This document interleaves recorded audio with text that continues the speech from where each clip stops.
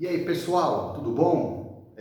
A ideia aqui é a gente falar um pouquinho sobre a análise gráfica, né? Como fazer uso de gráficos no estudo da cinemática, certo? A cinemática, caso você não se lembre, é aquela parte da física que faz o estudo do movimento no que diz respeito à distância percorrida, velocidade, tempo, aceleração e assim por diante. Bom, vamos lá. A gente tem que lembrar de alguns tipos de movimentos principais, não são os únicos, que dentro da cinemática a gente vai fazer o estudo aqui do gráfico e das funções que analisam esses movimentos.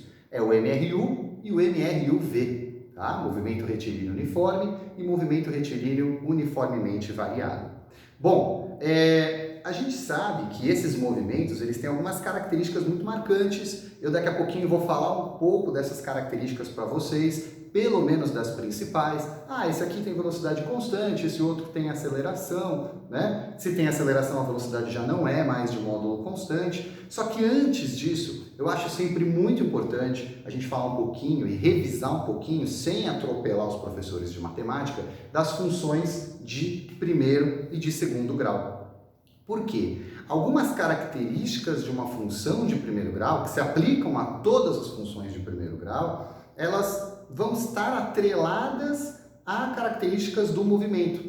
Então, coisas da matemática vão estar explicando coisas da física.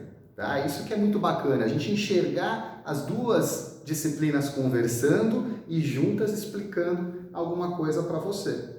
Vamos lá, vamos então falar um pouquinho em linguagem matemática. O que faz, uma função ser de primeiro grau? Primeiramente, uma função é uma expressão matemática que relaciona duas grandezas. Quando a gente tem só o x numa expressão, isso é uma equação. A gente usa muito equação em matemática para resolver problema.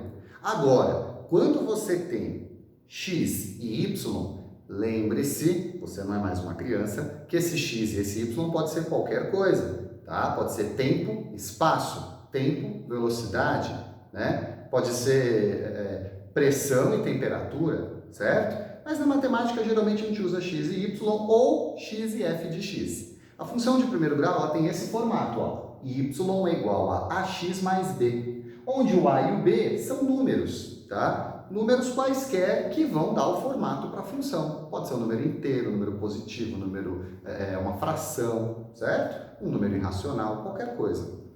Bom, o x e o y são as duas variáveis, né? O x é a variável independente, aquela que você pode colocar qualquer valor, e o y é a variável que a gente vai chamar de dependente. Por quê? Dependendo do valor que eu colocar para x, eu vou obter um valor para y.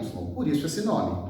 Eu coloquei um exemplo aqui para vocês. Y igual a 2x mais 3. Isso aqui não tem solução, galera. Não adianta você pegar y igual a 2x mais 3 e achar que você vai resolver alguma coisa, você não chega em lugar nenhum. Por quê? Existem infinitas soluções. É uma equação com duas incógnitas. Eu posso ficar combinando aí o x e o y até o infinito. Eu coloquei alguns valores quaisquer. Professor, por que 2 menos 1, 10? Porque eu quis. Tá bom? Posso colocar qualquer um, ó. Se o x for 2, substituindo lá, eu verifico que o y dá 7. Se o x for menos 1, o y dá 1. Se o x for 10, o y dá 23. Se você duvida de mim, faz a conta aí, aperta o pause e confere. Só que eu poderia ficar fazendo isso aqui até o infinito. Eu posso usar o x igual a 1000, igual a 3, π, menos 5, logaritmo decimal de 7, o que eu quiser. Então, como é que eu vou representar as infinitas soluções, já que elas são infinitas? Eu não tenho condições de ficar escrevendo isso. Aí vem a grande sacada. Use o gráfico. O plano cartesiano, com seus eixos ordenados, eixo das abscissas, eixo x, eixo das ordenadas, eixo y, ele é ótimo para você representar funções. Bom, o que vai acontecer aqui? Eu marquei dois pontos. Eu marquei o ponto 2, 7. Um ponto precisa de duas coordenadas. Ó, coordenada horizontal e vertical. O ponto chama ponto 2, 7. Tá aqui vermelhinho, bem pequenininho. Marquei um outro ponto aqui embaixo. Ponto menos 1, 1. Professor, por que você está marcando esses pontos? Aqui, ó, são as infinitas combinações de x e y, de domínio e de imagem. Poderia ter marcado também 10 e 23, mas ia ficar muito grande, eu não coloquei. E aí, com esses dois pontos, eu já consigo traçar uma reta. O que essa reta mostra para mim? Putz, várias coisas bacanas. Primeiro, se você pegar qualquer ponto dessa reta, por exemplo, vou pegar esse ponto aqui, ó, que bate com o x igual a 1 e o y igual a 5. Opa, se eu substituo aqui o x por 1, 2 vezes 1, 2, 2 mais 3, o y dá 5. Parabéns, meu amigo, você acabou de perceber uma coisa. Todos os infinitos pontos dessa reta, e ela é infinita para baixo e para cima, todos os infinitos pontos, a hora que você pega a coordenada x e a coordenada y, elas se encaixam ali na função que originou. Entendeu? Pegou? Bom, vamos lá então. Toda função de primeiro grau vai gerar o gráfico que é uma reta. Tá, o que essa reta tem de características importantes? São 3. Você só precisa saber dessas 3 características, tanto para a matemática quanto para a física aqui, que é o nosso foco. Primeira característica, se ela é crescente ou decrescente. Essa reta aqui, ela é crescente. Conforme aumenta x, ela vai crescendo o seu valor em y, uma reta crescente, tá bom? Como é que a função poderia me falar isso antes de eu desenhar e esboçar o gráfico? Olhando o valor do A. Toda vez que o A é positivo, e esse é o momento que, sendo uma videoaula, você aperta o pause e anota, toda vez que o A é positivo, a reta é crescente. Se o A é negativo, a reta seria decrescente. Aqui o A vale 2, por isso que a reta ficou crescente. Primeira característica. Segunda característica, onde a reta cruza o eixo Y? Toda reta, uma hora, vai cruzar o eixo Y, não tem jeito. Ela está crescendo, ela está decrescendo aqui infinitamente. Uma hora ela cruza esse eixo Y. Onde? Sempre no valor do B. No valor desse termo que a gente chama de termo linear, né? Coeficiente linear. Dá uma olhada onde a reta cruza, ó. Bem no 3. Não é à toa. O B vale 3. Professor, então só de olhar o B eu já sei onde cruza? E se eu não tiver a função, eu olho onde cruza, eu sei quem é o B? Exato. Então, inclinação da reta, coeficiente linear, e tem uma terceira característica importantíssima, que é onde cruza o eixo X. Aqui, ó, cruzou bem próximo do menos 1.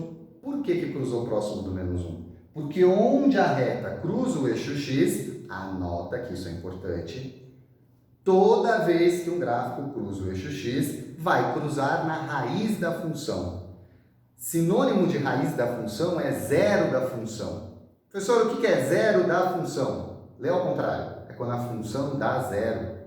Se você pegar esse 2x mais 3 e igualar a zero, y0, são esses pontos aqui em cima do eixo x.